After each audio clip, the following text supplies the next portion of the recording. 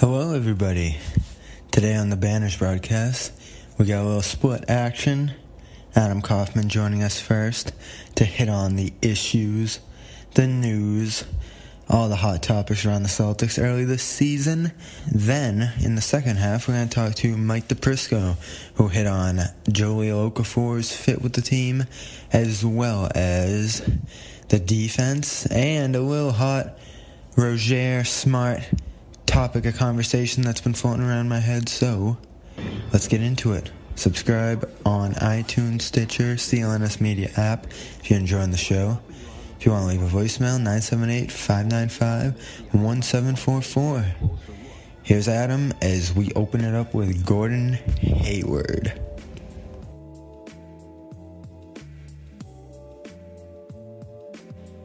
A little over the top. You know, it's a devastating injury. It was horrific to look at. It sucks, clearly, that, you know, Hayward had to deal with that 5 minutes into his Celtics career, the first year of a 4-year deal with max money, and now he's, in all likelihood, not going to play all year. That door's not completely closed, but, again, most likely scenario is Hayward does not play this year, and so he has to watch, and right now he can't even really watch around the team. You know, he has to wait now that he's got the hard cast off and he's working on shooting out of a chair and stuff like that, and he'll get involved with video work and whatever else, working with young kids. He'll, in a couple weeks' time, when he can start to be around the team more, maybe attend home games, and then eventually start to travel, go on the road, and really be a full-fledged member of this squad again off the floor, maybe the attitude and everything will change. But I think in the early goings, it's been a lot of, I don't know, it's just been taken to a level where you almost have to remind people, like, hey, guys, Gordon Hayward didn't pass away. Yeah. He doesn't have a horrible disease that is going to take his life. He didn't suffer some career-ending injury. He broke his leg. Yeah. You know, you can break your leg doing anything. You know, you could fall and break your leg, which is trampolines. What he did. Yeah, I mean, hell, trampoline, skiing, like anybody. Like what happened to him, as ugly as it was, could happen to me, could happen to you, could happen to anybody listening.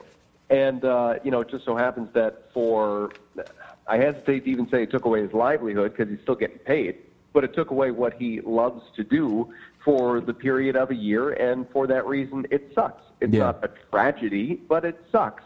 And so I think maybe the overall reaction has to calm down a little bit, and hopefully Gordon Hayward speaking this week for the first time with the media will help soften that blow. But clearly the team has moved on, and I think everyone else needs to as well. Yeah, him showing his face today in front of the reporters definitely kind of reminded us all that he is alive. And we talked about that before, too. And, what better team to give us a little bit of a perspective on that than the Celtics? And I'm sure we've talked about this at length now, how, this doesn't even compare to what happened with Reggie Lewis, what happened with Len Bias back in the day. And those are two prime examples for people who are a little bit older than me to show that, this stinks, like you said, but it's not next level bad. It's not a tragedy, as you said. So absolutely. Well, like we said, there is, I'm not going to call it a blessing in disguise, but there is, as others have talked about, a silver lining aspect to it, where if you do have Gordon Hayward, yes, your ceiling is higher and you're that much more excited about how poor the Cavs have been out of the gate. You're thinking about NBA Finals and the Warriors months down the road already. But even if the ceiling isn't that, you are getting an expanded opportunity, an expanded view of Jason Tatum, of Terry Rozier, of Marcus Smart to a certain degree, of Daniel Tice maybe, of Shemi Ojale, of all of these guys that have been thrust into larger roles than they otherwise would have had with a healthy Gordon Hayward. And there is some excitement when it comes to that when you see the results and when you see, obviously, the development, thinking about, man, this team could be pretty good this year, but it could be really good next year when Hayward's back. Yeah, so let's jump right into that. This team has been astonishingly good out of the gate. They got those first two games out of the way where it just seemed like they weren't ready. There was still the shock of that injury kind of seeping through in their play, I feel like. They talked about that as well as a team. And since then, it's been, I don't want to say flawless, but it has been really good. The passing culture in particular sticks out to me. There's that joke through Twitter, through social media about, Lonzo Ball and how much better they pass even when he's off the court. Brad Stevens, I feel like, fits that moniker, and you just see it through Kyrie Irving's play, through the rookies' play who have not been here yet. They look like they were here last year. A lot of guys who actually were not here last year. There was one play against the Spurs in particular where Irving just dumped it down to Horford. Horford had a pretty good look at a layup, but he swung it out again, got it back to Irving, and then inside again to Horford. And it looks like these guys are already passing in mid-season form. You attribute that to Stevens, but yeah, how do you think it just looks so good so early in this year? Well, you're right. I mean, there have been hiccups, but for the most part, it's looked crisp, especially in the last 6 games that they've won. And really, I mean, we could be talking about an 8-0 team. Yeah. And I say that even acknowledging the Hayward injury. I mean, the Celtics managed to come back from down 18 opening night against Cleveland and led that game in the 4th. They led Milwaukee the next night at home, back to back, second leg, in that 4th quarter with about 6 minutes to go. They went on to lose both those games. Then when they finally had a moment to breathe and practice and get used to the guys that were around them when everything they worked on throughout the preseason and training camp went out the window, they've gone on to win 6 straight. Not only that, but with the best defense in the NBA, which they possess. Oh, yeah. We're going to get to that. 6 games. The defensive efficiency, points per 100 possessions, the last 6 games is 91 and change. That's 4 or 5 points better than the second-best team, the Jazz. Their defensive rebounding has been number 2 in the NBA. So all of these things, coupled with obviously the passing that you alluded to and just the total team buy-in, which Kyrie Irving front and center has talked a lot about. It's not about individuals under Brad Stevens. It's about team. And if you can find your role, find your niche, buy into the interchangeability of the offense, depending on who's out there, yes, talents vary, absolutely, but if you know your role and you can fit within this system well, and Stevens, as he has done with so many players, brings out the best of your talents and doesn't put you in areas where you're going to get exposed, this team can be really good. Yeah, they've beaten up a couple of bad teams, the Kings, the Knicks, but they've also had some tough matchups. They beat the Bucks. I think the Sixers, given that it was that 3rd game after not having a practice still, they were able to win that game. That's a team that, in my mind, in the East anyway, is a playoff team this year if it stays reasonably healthy. And so is the passing at the 86 Celtics level or the Spurs of recent years? Of course not. But it has been something of a revelation that's come together this quickly. And Irving deserves all the credit that he has been getting. He's not the team leader. That's Al Horford, although he would say in many ways it's Marcus Smart. He's not the defensive leader. That's Horford. That's Baines. But he is far and away the most offensively gifted player on this team, one of the top offensive performers on an individual level in the entire NBA. And it's all come together, and it's been really entertaining. So, Kyrie, I had a very murky expectation of him coming in. There was a lot of perceptions of him out of Cleveland, whether it was those first few years where they just brutally struggled as a team, or the later years where it's kind of him and LeBron going back and forth and how that worked out, that dynamic. Something he has not wanted to talk about at all. But it's been different, and it's only 2 weeks or so, 2 weeks plus at this point, but the defense has been there. There's been a passing emphasis with him, and even in the last few games, we're seeing him mix those two things with his just unworldly dribbling, finishing ability. Those two things I've said for a long time are as good as I've ever seen. And obviously I don't have as many years of basketball vision as some people do, but he is an unworldly talent in those two areas, and he's mixed it with the things that we have talked about being missing from his game. Is it just, attitude seems to be the number one thing people point to, but I'm sure there's system things that go into that as well. There's the LeBron factor, of course, but he just looks like a completely different player out there.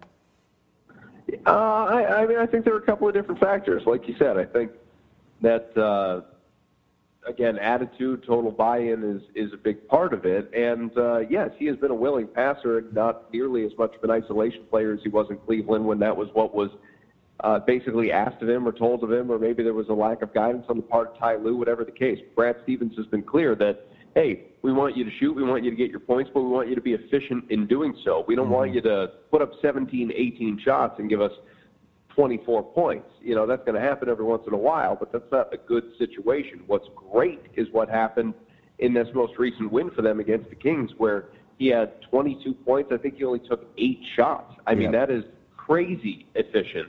So he can do it at multiple levels. He can get inside, get to the rim. We know that. He can obviously shoot mid-range. He can shoot the three. The percentages, quite frankly, for him, while they've been much better over the last 4 games, are low on the whole compared to what you come to expect from him over the course of the season, which gives you a good feeling because it's going to go up. Stuff's going to level. Water's going to find its level. The thing that, as good as Kyrie Irving has been as a scorer early on, and he hasn't had a 30-point game yet. I mean, he's only averaging about 22. It's not like he's been Isaiah Thomas out there, what you saw last year, nor has he necessarily had to be of yet. He hasn't been what he was last year in Cleveland when he averaged 25, 26 points either. And the passing, while it's been fluid, the assist numbers are, again, kind of right in line, the 5 and change, almost 6 that he'll generally get you. What I think has been incredible is the defensive side of his game. This is a guy that came in, you talk about murky expectations. He's had the reputation of he's not a defender. He sucks. He can't defend. Well, I've long maintained that defense, as much as anything, yeah, you got to have talent, but it's size and it's effort. These are the two big things. This team's a better defensive team. It's a better rebounding team this year, both of those things, because of size and effort. When Irving is trying on defense, as he has been, and there's a reason, he is the 6th best individual player when it comes to defensive rating behind Aaron Baines, who was number 1, by the way, in the league if you play minimum 19 minutes a game, and Al Horford, who I believe is number 2 or number 3, whatever it is. You have Irving 6th, the top defensive point guard in the NBA through the first 8 games of this year. He's leading the NBA in steals. He has been just tremendous on both sides of the ball, and all of the fears that I had about Kyrie Irving that you alluded to, among others, I'm not going to say they won't materialize, but so far they haven't, and that's great. Yeah, and that's the good point, is that this is just the beginning. We're going to see where it goes. And that Spurs game in particular, I know they didn't have Kawhi, but that was impressive all around from the team that game. And there's been moments where the youth have come through, and there's been many moments where the youth has come through this year. And it's going to be interesting to see, because over the course of a season there's going to be those downturns for them. I thought that Spurs game was going to be that for them, but then the fourth quarter, all the young guys got going again. So we'll see what kind of load Kyrie and Horford, too, have to take on if Brown, if Tatum run into some rookie or sophomore year walls. Another thing I wanted to ask you on Irving is twofold. The SMD comments that kind of blew up for a week, and then, sure. And then, of course, there's the Flat-Earth stuff with him that just never, ever seems to go away. He has his explanation for it, the social experiment that he seems to think is behind it. But it's worn away at me at this point. I'm kind of sick of hearing about it. It was funny. It was cool to joke about for a week or two. But is it ever going to end? Because I feel like at a certain point, I don't know how big of a distraction it becomes, but it does kind of wear away when that becomes a topic of discussion every single week, I feel like.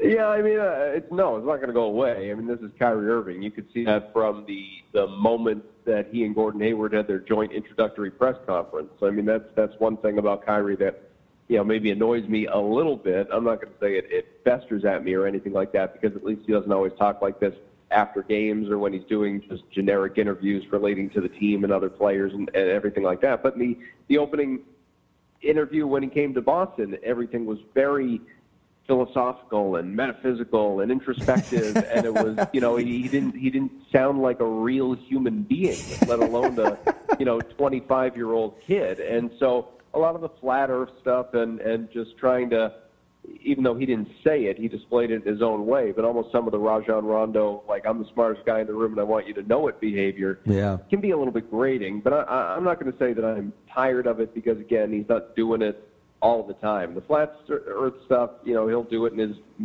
magazine interviews or the occasional radio interview, whatever. If he's asked about it, he won't bring it up on his own. I think you just got to kind of tune it out. Don't let it get to you. The far more significant thing, I mean, that's kind of meaningless. The significant thing, obviously, was as you said, the reaction to the fan in Philadelphia there when he lost his temper when asked about LeBron James, when he wasn't playing well. The team was 0-2 at that point. He had a poor shooting half. They were going to the locker room, and he reacted unfavorably and was really kind of unapologetic for it. He owned the comment, which I respect. I do as well. No regrets, and the fact that he had no regrets, though, that's a little disappointing, because All these guys do get taunted, all of them, and you got to kind of learn to bite your lip, which obviously it's not like he hasn't been taunted since, and he hasn't said a word that we know about. And clearly that fan was trying to trap him, which is the reason he was hoping to elicit a reaction. That's why he was filming it in the first place. So nobody's a saint in this situation. Yeah. But I just think that, in the big picture, my feeling at the time, the way that I talked about it after it happened was, I think on a very small scale, things were kind of spiraling out for Kyrie Irving at that time.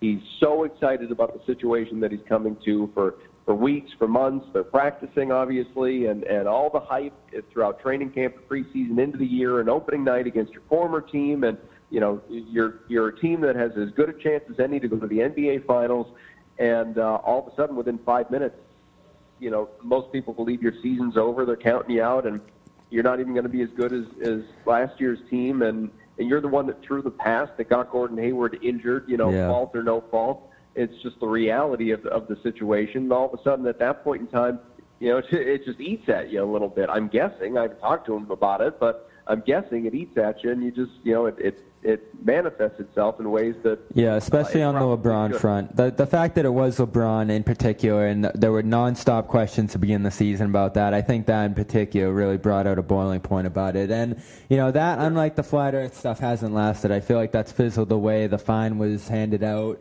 He had his unapologetic answer for it, and now it's gone. So...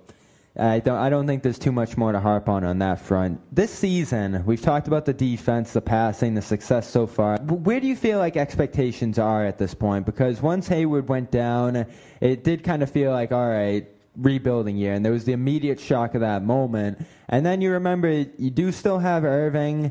The East just seems so up in the air, as up in the air as it's ever been. You have Detroit and Orlando scorching through these first few weeks. Cleveland is faltering right now, and we kind of went through that last year. Are they struggling? Are they just turning down the effort level?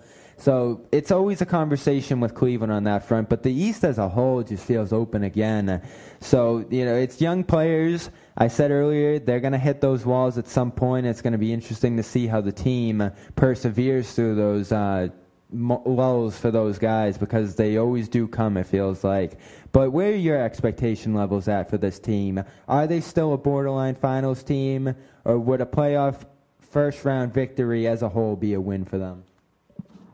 No, I mean, you got to do more than win in the first round of the playoffs, and I think that what this team has shown you in the first few weeks of the year has merited that. I think the initial expectations for people at the beginning of the year, when everyone was healthy and at some point in time you were going to get Marcus Morris back, was, they could obviously get to the finals, but in the regular season, it's a 50 to 55 win team, maybe a little bit better than that if they figure things out right out of the gate, like the 07-08 team or something like that, which was unlikely. Then Hayward goes down, and all of a sudden people start thinking, boy, it's a 45 to 47 win team, and they may be the fifth or sixth team in the Eastern Conference. For me, it was never a rebuilding situation. Like, they were never going to miss the playoffs or anything like that. I always, to me, it was always still in that kind of 47 to 50 window, because they got a lot of talent. I think they're still a deeper team than they were last year.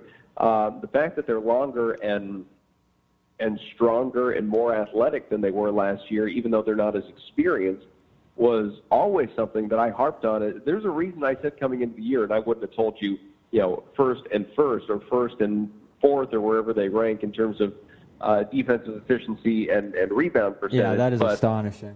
But I said coming into the year, this team's going to be better on defense than it was last year when it was 12th, when it was 12th, and it's going to be better, a much better rebounding team. It's going to be top half of the league than it was last year when it was 27th. You could tell that on paper, let alone what we saw in the preseason, even without Gordon Hayward, as far as I was concerned. And again, we're seeing that, which is great. Should that alter your expectations? Maybe a little bit if it maintains. Like I said, it's still like in that 47 to 50 window, I think. But could they get to the finals? Sure. They could if things break right, if they stay healthy, if the Cavs continue to be in just this horrible situation defensively, and LeBron starts to kind of maybe check out a little bit because he's already bound for LA or whatever else, or old guys on that team like Wade or Thompson just went down. He's not old, but he just got hurt, or, whomever it may be, Derrick Rose, like guys get hurt on that squad. Isaiah doesn't come back being himself. Jay Crowder isn't any number of different things obviously can happen. Yeah. The East is fluid. It is up in the air, and I think the Celtics are still in that conversation as a team that could get to the NBA Finals or could get to the Eastern Conference Finals and still has kind of the same ceiling as last year, which is you have no chance of beating the Warriors. And that's just, where life is. So one more question. I covered my first Syracuse basketball game, and nice. I turned to my sports editor next to me. I was covering it with a different outlet, but I turned to him because the Jahlil Okafor rumors are swirling right now out of Philadelphia. And it's interesting because with the Celtics, with the amount of flexibility they earn themselves, and this time they kind of didn't earn it as much as it was given to them through that injury, they have $8.5 million to kill right now on that designated player, or disabled player exception, rather. And with Okafor's name hanging out there, they're obviously right in the mix. There was one report that the Celtics would be the favorite to land him if he becomes available. And we'll see. He's fighting for that buyout out of Philly, but we kind of view him at this point as just damaged goods, like a completely useless piece who has no value.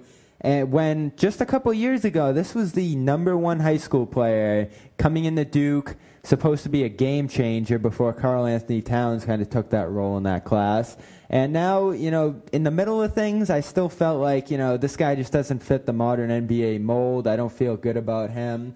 But now his value, or the perception of his value, just seems to have dropped so low where I can't help but think that if the Celtics buy low on this guy, Brad Stevens might be able to work another coaching miracle, and he has before.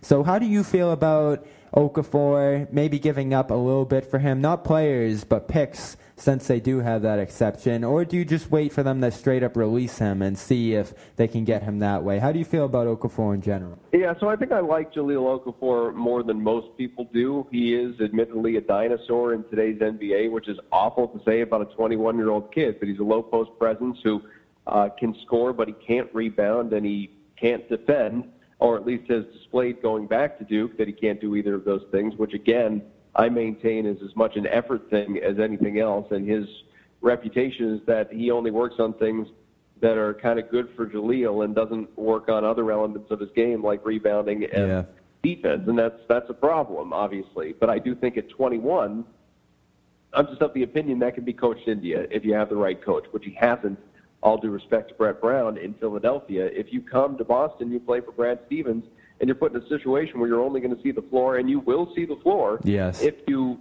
buy in and you do what's good for the gander, if you will, then I think there's an extra kick in the pants. He knows his time in Philadelphia is over, and that, there were a handful of guys on the opening night T-shirt giveaway, and he wasn't one of them. And this is a former #3 overall pick. Yeah. He's not someone that's part of their future, and they are going to buy him out, which is why if I'm the Celtics, I'm not giving anything up for him. I mean, I probably wouldn't even get a second-round pick for him, which is amazing because 2 years ago at this time, we're talking about, boy, would you give up a Nets pick, a future unprotected Nets pick? That was when I was like, no way. But now, I might give up a second round pick. That was a real conversation. Right now, I'd wait for them to buy him out. And not only that, I wouldn't sign him right away. The $8.5 million is significant. And there are going to be, as the season moves along, you get near the trade deadline and, into the winter, there are going to be some buyouts around the league. In that buyout market, you remember it last year. Now, Andrew Bogut, while he got hurt right away for Cleveland, was one of those guys that people were really excited about. And there are going to be targets that come available that you're not thinking about right now, that Danny Ainge probably is, on the buyout market, that are going to be, it'll be advantageous on the part of the Celtics to have more cash to offer than anybody else. Yes. Again, $8.4 million, not that they would give all of that, is nothing to sneeze at. I heard Ainge on the radio earlier this week and was saying that, one, we're not in a hurry. Two, we kind of want the perfect player who doesn't exist. And so, because of that, because we want a guy who can score, who can rebound, who can, defend, who can do everything, we kind of got to wait and continue to let this group figure it out. That's a very good point. And they do have until March They do have until March to use that DPE, so there is no hurry, like March you said. 12th, I believe it is. Yeah, and that's a very good point that I didn't think about with Okafor, is the fact that you would be spilling into that to acquire him, whether it was with the salary matching or just signing him outright, because they are way over the cap at this point. So very good point right there. I forgot to pull that Syracuse reference in because my sports editor was there when Duke visited Syracuse when Okafor was playing for Duke, and it seems like so long ago now, and it really wasn't, where, commentators are saying if this guy just gets 2 feet in the post, it's over. And he dominated Syracuse in that game. And he was dominant in that season. So I feel like perceptions of guys can be built in situations. Hell, we just talked about Irving's perception before coming to Boston and how that has changed wildly in a matter of weeks. So I do really want to take a flyer on a guy who definitely does have that much immense talent in him. So we'll see where that goes. Buyout does seem to be the route that's going to end up happening at this point because his value just is so low. But we'll see. So, Adam, it was good to have you aboard today. Lots of good insight from you, and hopefully we'll hear you here again on this podcast soon. Happy to do it. All right. Good night, Adam. We'll be back with the second half of the show right after this.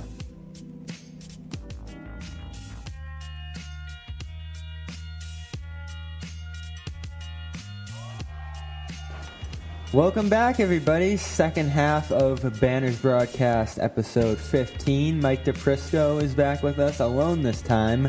We kind of had him as part of a little roundtable discussion. His first time on the broadcast, doing good work with the site. A few very important breakdowns from him this week. Okafor, who we just talked about with Adam Kaufman, as well as the defense and Kyrie Irving and just all the wild things that are happening with this team right now. Like I just said with Adam, it never stops. The stories just never stop running out with this team, which is good for us. Keep the podcast rolling, keep the site going. So we're going to put you to the test right now, Mike, because I haven't completely dived into the Okafor tape yet. I'm high on him, like Adam said. There is a concern that you dive into that disabled player exception money a little too early. Maybe a better guy, a better fit for the team ends up coming up. But can you make the case that he is the fit for this team and he is worth spending that money on?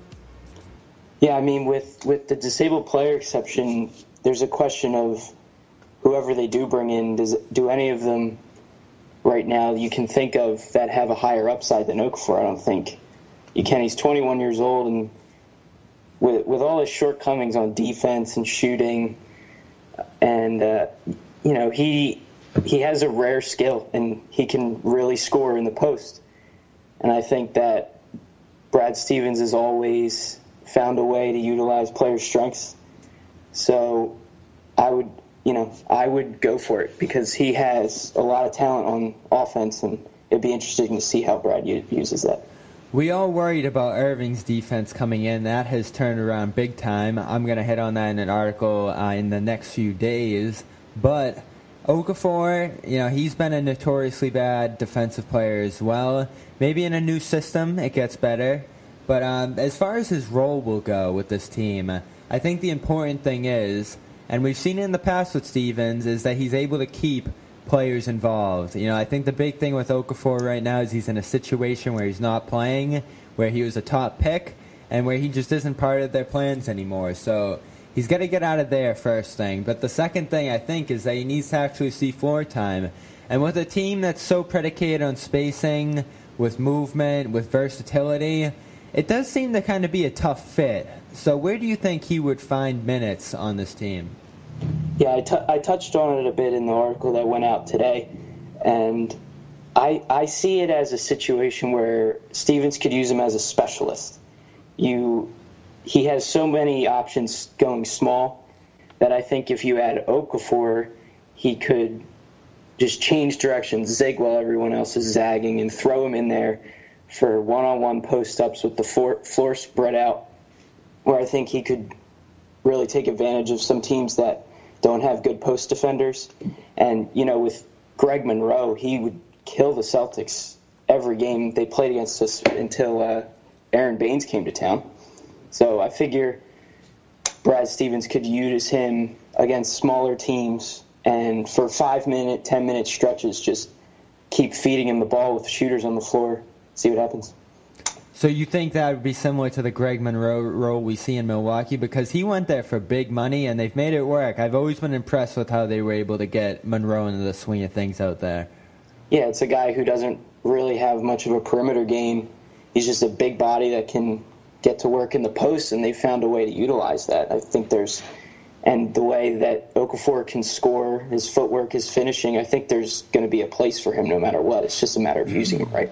So let's move on to the defense. I feel good about Okafor. We'll see what happens. I don't think they're going to push a trade for them because we just know how Danny is at this point when it comes to value and getting the most that he can out of any situation. They'll want to sign him straight up, so we'll see what happens there.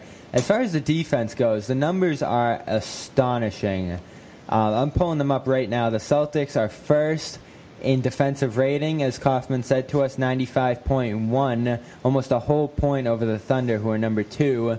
And even more impressive, the defensive rebounding, which of course helps in that department. Their rebounding percentage on the defensive end is 4th in the league at 81%. So I think those two things are playing into each other because they're not giving up the second chance points they did a year ago. Last year they were near the bottom of the league in that department. Now they're only giving up about 10 a game, which is 3rd in the league. So improvements on both sides right there. I think part of it, as we know, is that Horford is in that position where he's more comfortable. Baines has made it really hard to not play him. We just talked about how they love that perimeter presence on the team, but even without it, he has mandated minutes with just how active he is on that defensive end. And looking at his tape, I mean, his form is just so good down there. I mean, he's tapping guys, he's making them feel him down there, and then his arms go straight up when they go to make his move. It's pristine defense. I've been trying to learn from it a little bit, but outside of Baines, Horford, the switching ability of this team, there's so much that goes into it. But what do you think the biggest reason for it, the complete 180 has been? Because they really went from the bottom to the top in defense, at least for now. I think they really added length this offseason.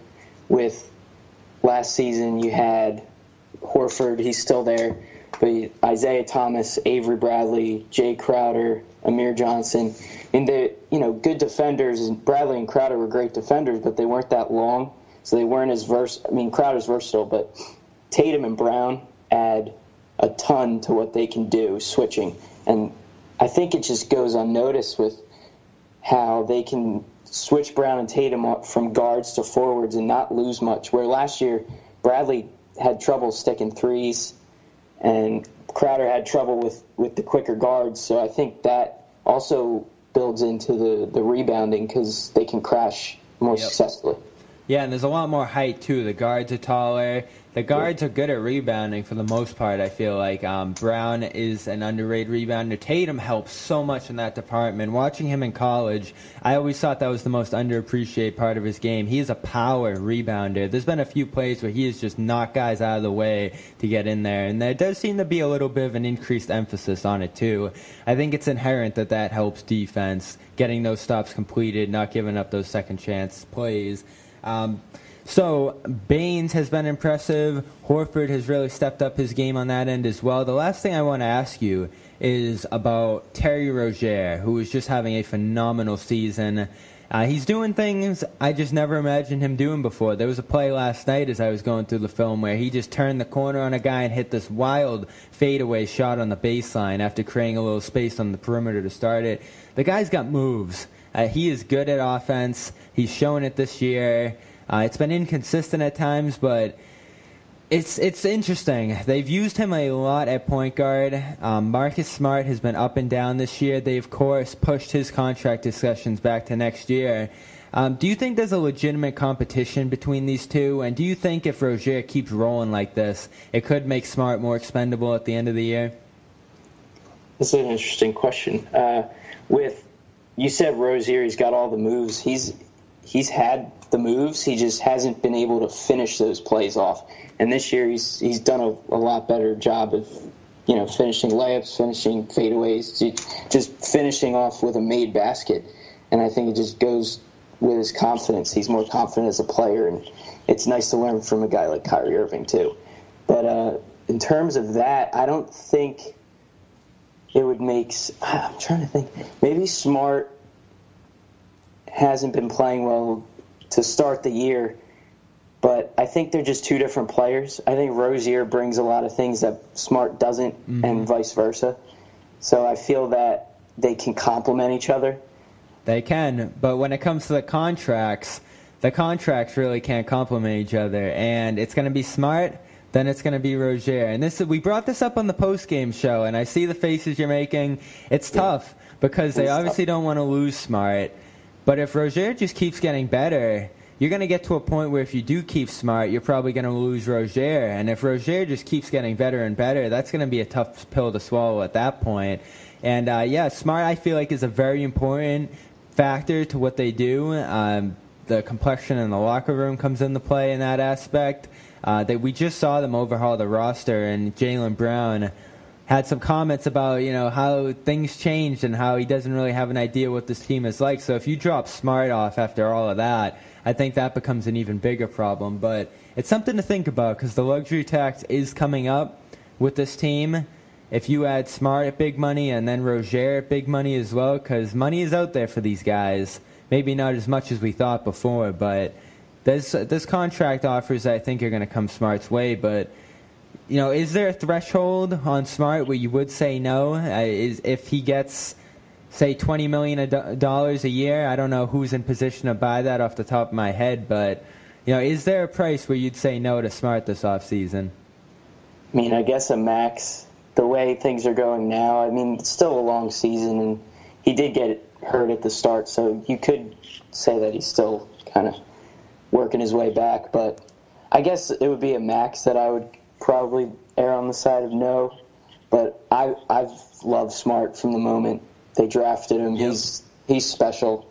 I just think he's a key to what they're trying to do, versatility, identity-wise, just he can do so many things, and I just wish his shot would get consistent because I really do. We thought at the beginning of the year that finally was going to be, but it's been a lot of the same. And that's kind of my point right now is I think a little friendly competition between these two is going to be good for the team.